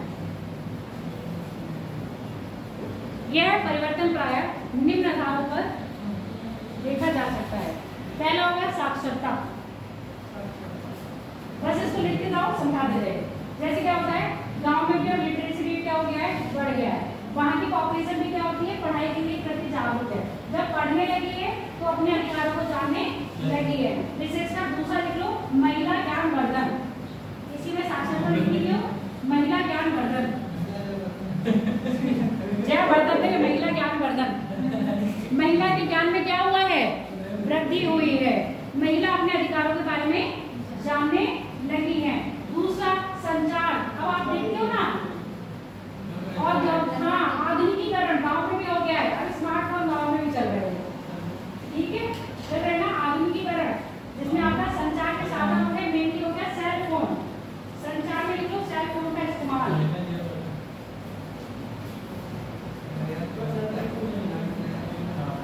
पहनावा देख लो, अब गांव में भी धोती कुर्ता नहीं दिखता है, अब गांव में भी क्या दिखती है, pant shirt, T shirt, jeans, है ना, फ्रॉक, मिडी स्कर्ट मिलता है ना। तो परिवहन में परिवर्तन, ग्रामीण परिवहन में, मतलब जो क्या कर रहे हैं, परिवहन में, ग्रामीण परिवहन में परिवर्तन, ग्रामीण परिवहन में परिवर्तन। तो ये सारी हेडिंग अगर इनको आप लिखना चाहोगे तो बहुत आराम से लिखते जाओगे। ग्रामीण परिवहन में परिवर्तन। उसके बाद मकानों में परिवर्तन आया। कच्चे मकान से कहाँ शिफ्ट हो गए हम लोग, पक्के मकानों में। लिखो आवासीय परिवर्तन और सांस्कृतिक परिवर्तन। आवासीय परिवर्तन के बाद सांस्कृतिक परिवर्तन। जितनी भी मोस्टली परिवर्तन देख रहे हो ना, वो कैसे देख रहे हो आप,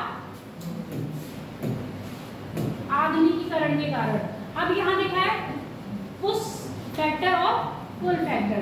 पुश फैक्टर मतलब ऐसे कौन से फैक्टर है जो आपको यहाँ से निकलने के लिए पुश कर रहे हैं कि यहाँ मत निकलो, यहाँ से जाओ। पुल फैक्टर वहां रुकने के लिए क्यों क्या कर रहे हैं, रोक रहे हैं कि आपको यहीं रुकना है। देखो पहला है पॉपुलेशन प्रेशर, कहीं ना कहीं पॉपुलेशन का क्या हो रहा है, प्रेशर। पॉपुलेशन बढ़ रही है, लैंड कम हो रहा है, तो वो आपको क्या कर रहे हैं, आगे जाओ। कहाँ जाओगे, जहाँ पर आपका इंप्रूवमेंट होगा स्टैंडर्ड में। शहर, गांव से शहर में आओगे तो कहीं ना कहीं लिविंग स्टैंडर्ड पर चेंज हो जाता है, बढ़ जाता है। तो यहाँ पर क्या हो रहा है, जहाँ पर अर्बनाइजेशन है वहाँ पर आपका एक लिविंग स्टैंडर्ड भी बढ़ जाएगा। जहाँ पर पुअर इंफ्रास्ट्रक्चर है, कच्चे मकान है, वहाँ से क्या होगा, आपका बेटर हेल्थ और क्या हो जाएगा, एबिलिटी हो जाएगी। किसकी, आपके एम्प्लॉयमेंट यानी कि सर्विसेज की भी एबिलिटी बढ़ जाएगी, सेवाएं अधिक मिलेंगी। और इसके बाद है आपका इनएडुकेट जॉब ऑफर। गांव में जॉब ऑफर जहाँ पर नहीं, गांव ले लो या ऐसे छोटे शहर ले लो जहाँ पर जॉब ऑफर नहीं मिलते हैं, तो लोग कहाँ जाते हैं, ऐसी जगह जाते हैं जहाँ पर वेरियस एम्प्लॉयमेंट अपॉर्चुनिटी होती है। अगर पीलीभीत से हट के बरेली से हट के तो हमें क्या मिलेगा, और जॉब अपॉर्चुनिटी मिलेंगी। बरेली से हट के लखनऊ या दिल्ली जाएंगे तो अपॉर्चुनिटी आपको और ज़्यादा मिल जाएंगी। तो ये क्या होगी, वेरियस एम्प्लॉयमेंट अपॉर्चुनिटी।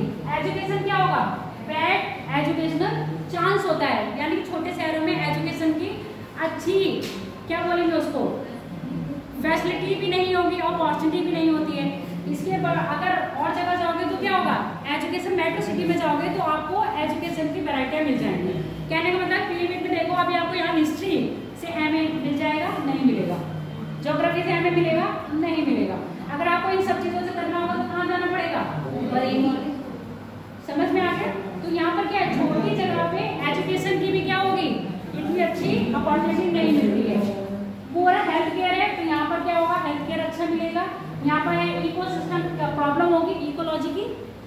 पारिस्थितिकी तंत्र जो होगा यहाँ पर बिगड़ा हुआ होगा, नेचुरल डिजास्टर बहुत होंगे, और उसके बाद आपका सोशल कंप्लेशन भी बहुत होगा। जबकि यहाँ पर क्या होगा, हाई वेजेस होगा, मजदूरी की दर उच्च होगी।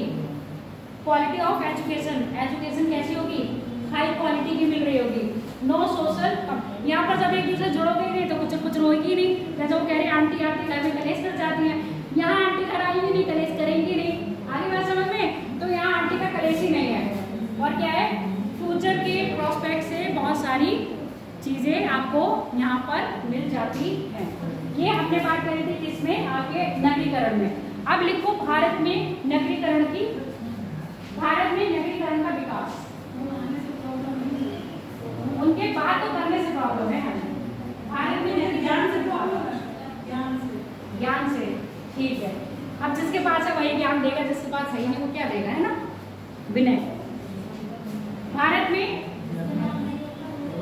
नगरीकरण का विकास, अगर हम बात करें 1901 में जो भारत में नगरीकरण की दर थी वो 11.4% थी। बेटा ये ऐसे लिख लेना।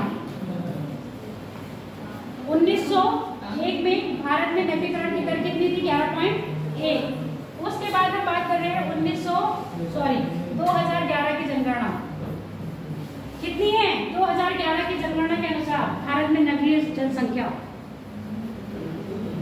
अभी परसों की क्लास में हुआ है ये, देखो ऊपर तारे गिरने लगी हैं, 31.16%, कहीं पर दिया होगा 31.6%, ठीक है। तो ओवरऑल आप कितनी मानोगे, 31% 2011 के अनुसार नगरीय जनसंख्या कहाँ पर आपके भारत में है।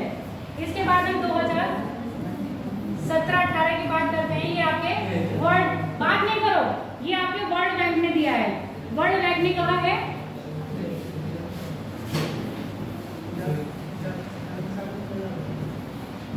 17-18 में जो आपकी नगरीकरण, भारत की नगरीय जनसंख्या में कितनी हो गई आपकी, 34% हो गई। यूएन के सर्वे के अनुसार 2030 में जो जनगणना हो जाएगी वो कितनी हो जाएगी, 40%, और ये 2050 तक जाएगी 55%। यानी कि नगरीयकरण में कितनी तेजी से विकास हुआ है, ये आप पिछले कुछ सर्वे के अनुसार देख सकते हो। तो भारत में नगरीकरण की वृद्धि देख लो, 1901 में 14.1%, 2011 में 31%, 2017-18 में 34%, वर्ल्ड बैंक के अनुसार 2018 से, तुम लोग बात नहीं करो, बात करनी तो उठाओ, मैं जाने में बिल्कुल फ्री हो। 2017-18 में वर्ल्ड बैंक के अनुसार 34%, 2030 में 40%, यूएन के सर्वे के अनुसार, यूएन के सर्वे के अनुसार, अकॉर्डिंग टू यूएन सर्वे 2030 में जनगणना कितनी होगी, 40%, और वही 2050 में कितनी हो जाएगी, 55%। ये यूएन ने अपना अनुमान लगाया है नगरीकरण के लिए।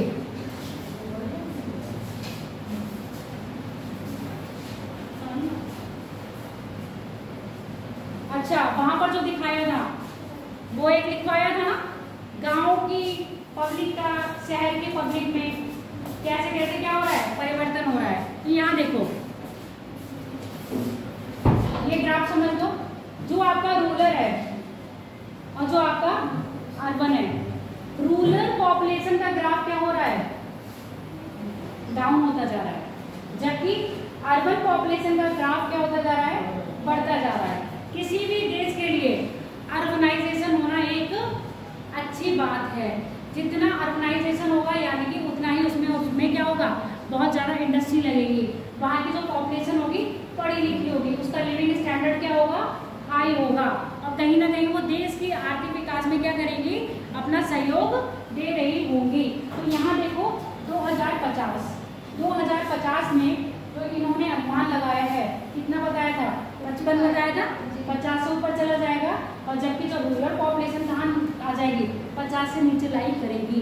जो अभी हमें भारत में क्या है, जो हमारी वर्तमान मतलब 2011 के आंकड़ों के अनुसार 31% है, बाकी शेष बच रही है वो किसमें है, ग्रामीण है।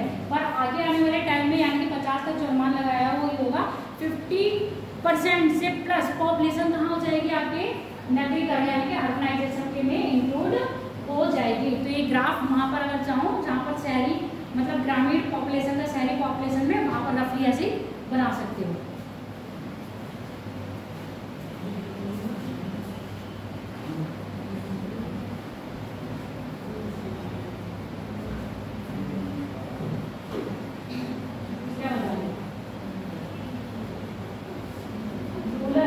मतलब ग्रामीण, अर्बन मतलब शहरी।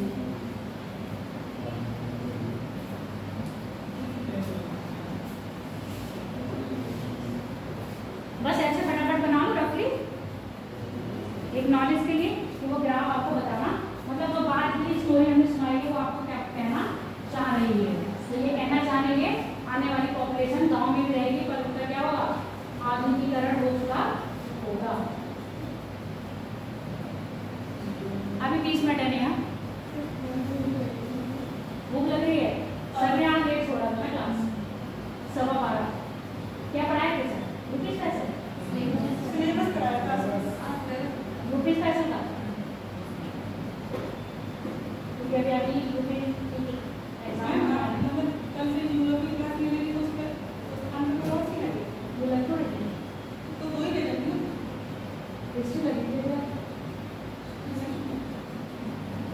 अभी हिस्ट्री है, हिस्ट्री के भी क्लास लगभग बच्चे हैं 20 नहीं तो 15 तो है।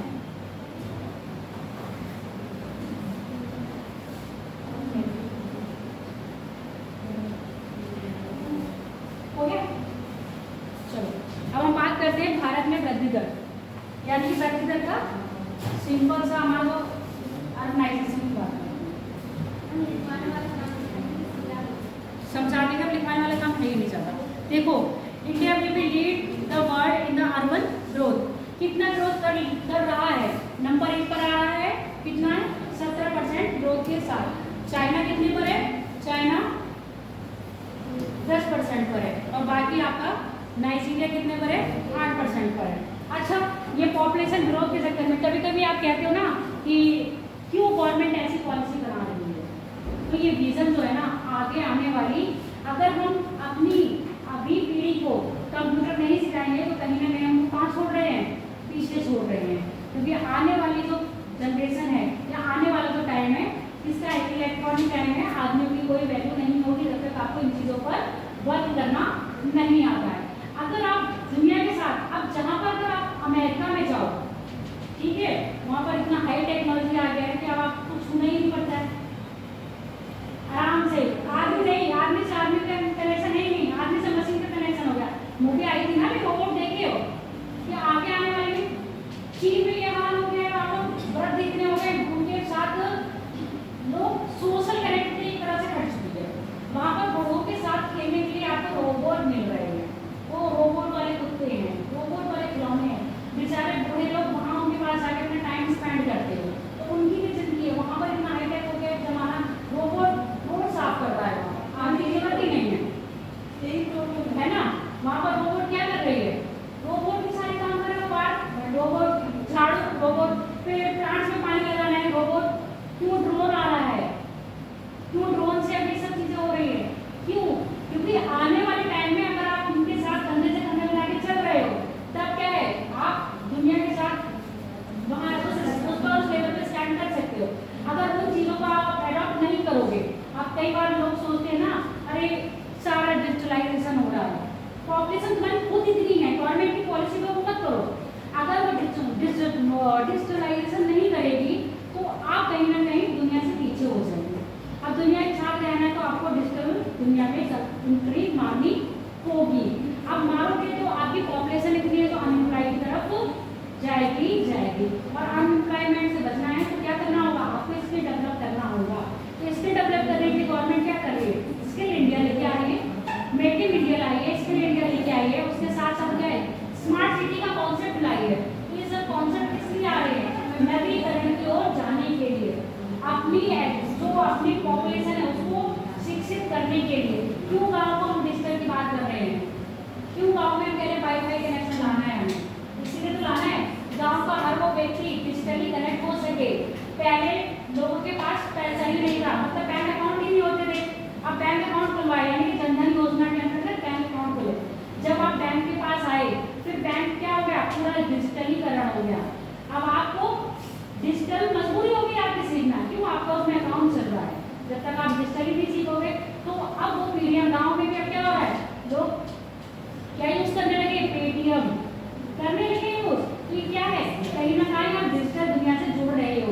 अभी ये जो स्टेप गवर्नमेंट ने उठाया है, तो एक एक स्टेप करके कहीं आगे आने वाले विजन में देखोगे, जब आप 2050 या 2060-70 में जाओगे तो इंडिया ऐसा इंडिया नहीं होगा जैसा आज दिख रहा है। तो आने वाले समय में जो ग्राफ है, तो इंडिया का जो पॉपुलेशन ग्रोथ है कितना है, 70, क्योंकि यहाँ की पॉपुलेशन ज़्यादा है। तो पॉपुलेशन ज़्यादा के अनुसार तो यहाँ पर हम उसके हिसाब से परसेंटेज के हिसाब से 10% को भी सिखाएंगे, तो हमारे बहुत ज़्यादा लोग क्या होंगे, शिक्षित हो जाएंगे। लिखिए हो ये चीज, आगे बात करते हैं। ये टॉपिक बहुत बड़ा था, ये टॉपिक 2 दिन का था। तुम लोग कहोगे कि मैडम जितने ये तो पढ़ाई दिए हैं, जितने भी टॉपिक हैं मैडम सब 2 दिन के लिए ला रहे हैं। Top best city of the living, यानी कि भारत में 10 टॉप सिटीज हैं जो लिविंग एरिया ऐसी सारी फैसिलिटीज आपको प्रोवाइड करती हैं। वो क्या है आपके, बैंगलोर। अगर हम विश्व में बात करें तो बताओ कौन सी सिटी है, विश्व में कौन सी सिटी है लिविंग के लिए? ज्यूमिक है क्या, स्विट्जरलैंड की ज्यूमिक और सिंगापुर, 2 सिटी हैं। एशिया में आपका सिंगापुर है और वैसे आपका ज्यूमिक्स। यहाँ पर हम भारत की बात करें तो आपका नंबर 1 बैंगलोर है, बैंगलोर के बाद पुणे, अहमदाबाद, चेन्नई, सूरत, उसके बाद 4 ग्रेट मुंबई, इंदौर, बड़ौदा, और ये क्या है, कोयम्बटूर और आपके नवी मुंबई। ये भारत की, दिल्ली इसमें नहीं आ रही है, दिल्ली कहीं से कहीं एडजस्ट नहीं करती। बताओगे नहीं क्यों? सबसे ये सब पूछा जाता है, ये सारा इकोनॉमिक्स में डेटा आता है आपका, इसमें नहीं है, इसलिए बता रहे हैं। जितनी ही मेट्रो सिटी होंगी उतनी सबसे पॉल्यूटेड शहर कौन सा है? राजधानी नहीं पूछी मैंने, अभी शहर पूछा है, कराची। कराची इस्लामाबाद पाकिस्तान का है, ठीक है। उसके बाद सबसे प्रदूषित राजधानी ढाका बांग्लादेश की है। दिल्ली सबसे पॉल्यूटेड सिटी है इंडिया की। उसके बाद टॉप 10 सिटी इंडिया की आती है विश्व में सबसे पॉल्यूटेड। तो अब आप ये सोच लो कि कहाँ स्टैंड कर रहे हो, अर्बनाइजेशन कर रहे हो, उसके साथ साथ और भी चीजें करनी है आपको। ह्यूमन डेवलपमेंट इंडेक्स आता है जो 5 पैरामीटर होते हैं, मतलब जो पैरामीटर है उन पर निकाला जाता है। पहला हेल्थ, यानी कि आपके राज्य, ये हमारी नीति आयोग भी निकालता है। नीति आयोग का काम क्या होता है, इन्हीं पैरामीटर्स पे काम करना। जो आपके एसडीजी हैं, कितने एसडीजी हैं, एसडीजी कितने हैं?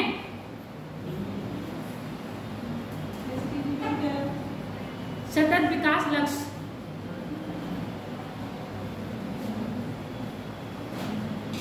वो साफ सूंघा पड़ा है, इन्वायरमेंट नहीं पढ़ रहे हो, एसडीजी नहीं पढ़े इन्वायरमेंट में अभी नहीं आए हैं। 17 एसडीजी हैं, 17 एसडीजी हैं, जिसमें हेल्थ भी आता है, एजुकेशन भी आता है और लिविंग स्टैंडर्ड भी आता है। तो ये क्या है, पैरामीटर है। अच्छा, ये किसने निकाला था एसडीजी, बताओ जरा।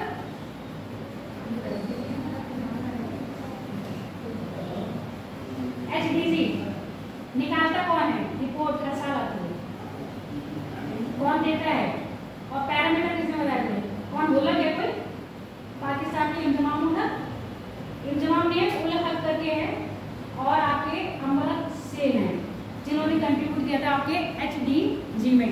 लिविंग स्टैंडर्ड यानी कि किसी भी देश का, या अमर से किसी भी देश का, या किसी भी, अगर हम नीति आयोग की बात करें, नीति आयोग निकालता है अपने स्टेट में एसडीजी के मामले में कौन सा स्टेट नंबर 1 पर है, और एसडीजी के मामले में कौन से स्टेट का कौन सा जिला नंबर 1 पर है। तो ये सारी, अब ये हम वर्ल्ड वाइड देखेंगे तो आपके 3 मैटर है, लिविंग स्टैंडर्ड, एजुकेशन और हेल्थ। हेल्थ में आपकी लाइफ एक्सपेक्टेंसी यानी कि जीवन प्रत्याशा क्या है, उसके बाद एजुकेशन, यानी कि आपको एजुकेशन कितने लेवल पर दी जा रही है और कितने लोग उससे लाभान्वित हैं। उसके बाद है लिविंग स्टैंडर्ड का गोल, यानी कि जहाँ पर आप रह रहे हैं, जिस वातावरण में आप रह रहे हैं वो स्वच्छ है या नहीं।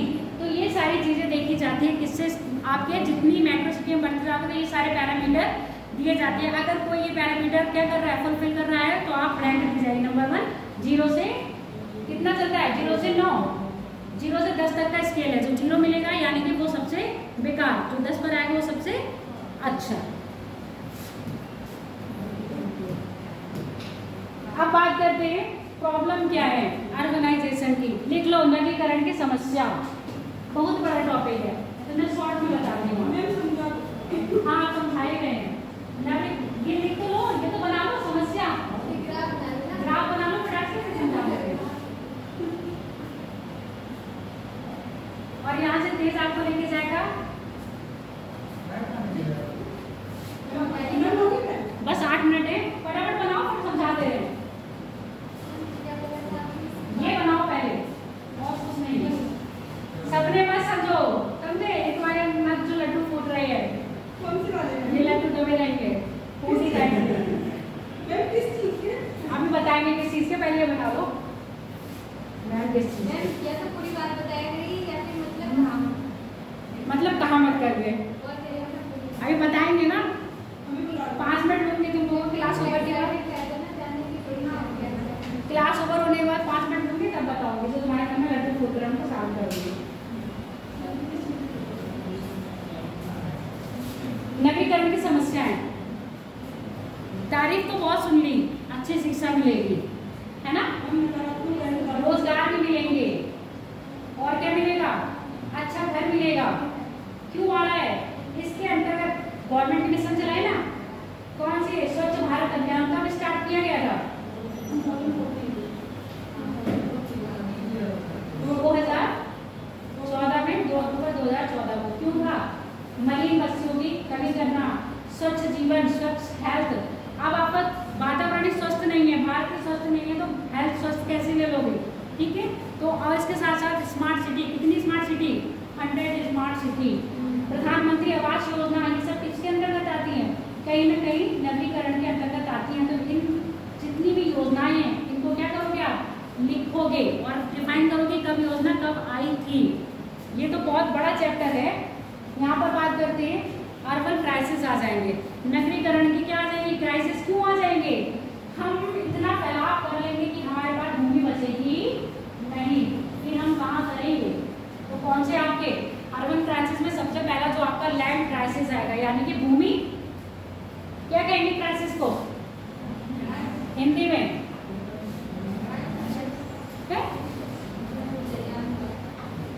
क्या कहेंगे क्राइसिस को हिंदी में, क्या कहते हैं,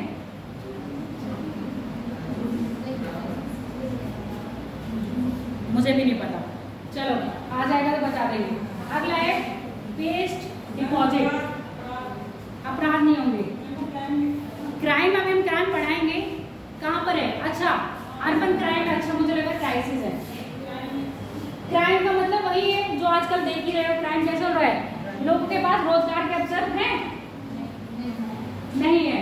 आप देखो जितनी भी बैंक के एटीएम गायब होते हैं, बीटेक करा हुआ बंदा ही गायब करता है वो, ठीक है, जो कैप लेके वो red cap white cap collar पढ़ते हैं, black hacker, red hacker, white hacker, है ना, ये सब पढ़े हुए कंप्यूटर में। ब्लैक हैकर क्या होते हैं, बैड, जो क्या करेंगे पता ही नहीं चलेगा, पासवर्ड चोरी से पासवर्ड डालेंगे, जिसको क्या कहते हैं, कौन सा स्पैमवेयर कहते हैं, बैमवेयर है ना, स्पैमवेयर कहते हैं। और एक फिशिंग वाला होता है, फिशिंग वाला, फिशिंग वेयर, फिशिंग वेयर में क्या होता है, मतलब मुझे भी कंप्यूटर आता है, उसमें ये नहीं होता है, उसमें मीठा सा दाना फेंका जाता है, क्या ड्रीम 11 सुने हो ना, लूडो खेलो 1 रुपए में, ये क्या है फिशिंग, 1 रुपए में आपको लूडो खिलवाएंगे, फिर लत ऐसी लगाएंगे आप खाते ही जाओगे, ठीक है। फिशिंग यानी कि आप इनकी जान बहुत आराम से फंस गए। ये कौन सा होगा, ये व्हाइट में आता है, व्हाइट में आता है या रेड में आता है, ये शायद मुझे लगता है रेड में आता है, एक होता है ब्लैक। तो ये क्या है, अर्बन क्राइम, घटनाएं बढ़ती रहेंगी, मर्डर होंगे, लूटपाट होगी, ठीक है, और जितने भी आप महिलाओं के प्रति देख रहे हो ये सारी चीजें बढ़ती रहेंगी। उसके बाद वेस्ट डिपॉजिट, यानी कि जो आपकी डिपॉजिट जहाँ डिपॉजिट, कोई डिपॉजिट यानी डिपॉजिट ही करना है ना कहीं, तो यहाँ पर क्या करते हैं, सुन लो मेरी बात, जब नगरीकरण हो जाएगा तो जो आपका वेस्ट होगा उसको कहाँ डिपॉजिट करोगे, तो ये इसकी समस्या आएगी। अगला क्या है, सीवेज का इशू आ जाएगा। नगरीकरण हो जाएगा तो सीवेज कहाँ कहाँ करेंगे, सीवेज की प्रॉब्लम के साथ साथ एयर, लैंड, वाटर पोल्यूशन, ये सारे ही पोल्यूशन किसमें आ जाएंगे आपके, एयर पोल्यूशन क्यों हो जाएगा, ज़्यादा गाड़ियाँ चलने लगेंगी, लैंड की कमी आ जाएगी, उसके साथ उर्वरक चीज़ें डालोगे तो उसमें भी क्या होगा आपका, लैंड दूषित हो जाएगी। वाटर पोल्यूशन तो वैसे ही हो ही रहा है क्योंकि सीवेज अधिकतर कहाँ जा रहा है, नदियों में, और यहाँ से फिर क्या है, ट्रांसपोर्ट की दिक्कत आ जाएगी कि नहीं आएगी, परिवहन आती है, परिवहन की समस्या एक तरफ हम बढ़ाएंगे, दूसरी तरफ परिवहन ट्रांसपोर्ट इतना ज्यादा हो जाएगा कि हमारे यहाँ क्या हो जाएगा, जाम लगने लगेगा। मैंने एक फोटो लिया था, पता नहीं आएगा कि नहीं, स्लम यानी कि आपका जो स्लम बसते हैं, सबसे ज्यादा स्लम कहाँ पर है, मुंबई में। एशिया में सबसे ज्यादा स्लम, एशिया में बताना, एशिया में सबसे ज्यादा स्लम कहाँ है, मुझे भी नहीं पता है। हाउसिंग प्रॉब्लम आ जाएगी, यानी कि लोगों के पास रहने के लिए घर नहीं रहेगा। तो ये सारे बेटा ये मुझे भी याद नहीं, पर जहाँ तक है एशिया का भी सबसे बड़ा स्लम अपने इंडिया में ही है, वो भी मुंबई में। बाकी तो ये हो ही गया है, ये यहाँ दिया है और यही चीज़ें यहाँ पर दी है। एक ये अलग सा पॉइंट है, सोशल प्रॉब्लम तो हाई जाएंगी, एक ये वाला पॉइंट है, इसको समझ लो।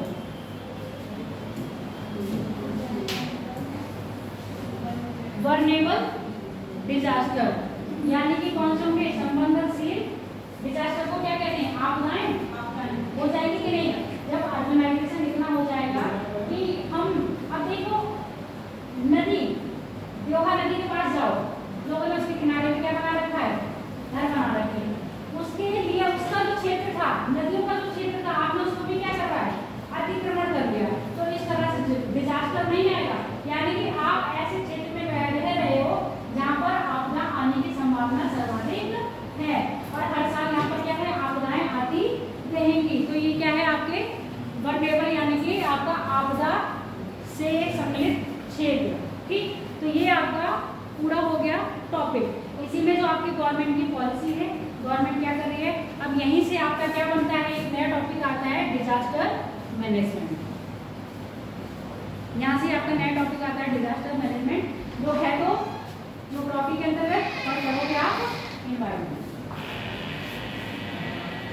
अभी नहीं बोलेंगे।